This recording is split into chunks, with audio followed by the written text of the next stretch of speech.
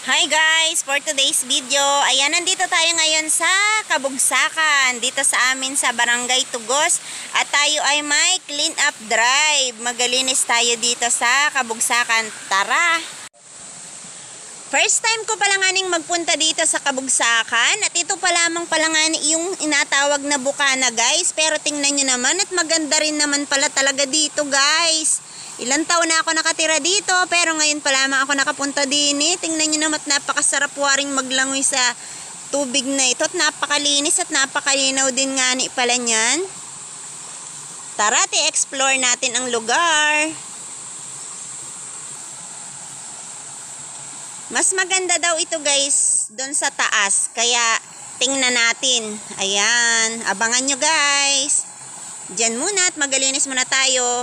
Update tayo mamaya doon sa kung ano yung mas maganda doon sa taas. Bye!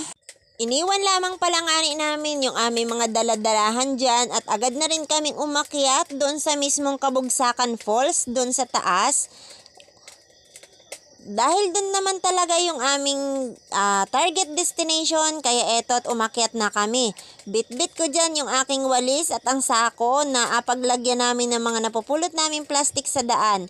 Tingnan nyo naman yung aking mga kasama dyan at napakasisipag, at habang aning nagalakad dyan ay yung bawat nadadaanan ay inalinisan na rin nila guys. At pagdating namin dito sa spot na talagang apuntahan namin, eto si Tano ay umakyat doon sa tangke ng tubig para linisin din niya yung ibabaw, at medyo marami na rin daw ang mga tuyong dahon kaya winalisan na rin niya. And finally, ito na, yung Kabugsakan Falls. Talagang falls yan guys. Tingnan nyo naman yung talpak ng tubig at napakaganda din ng mga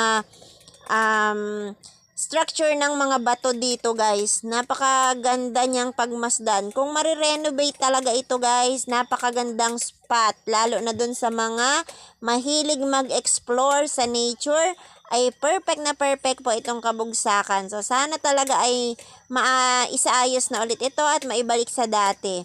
So pagkatapos namin maglinis dyan, ay agad na rin kaming bumaba at medyo magutom na. Siguro ay mga 11 pasado na yan. At eto at nakahanda na pala yung aming boodle fight dyan. Salamat sa mga nag-prepare. At talaga namang napakasisipag nung aming mga iniwan din sa baba.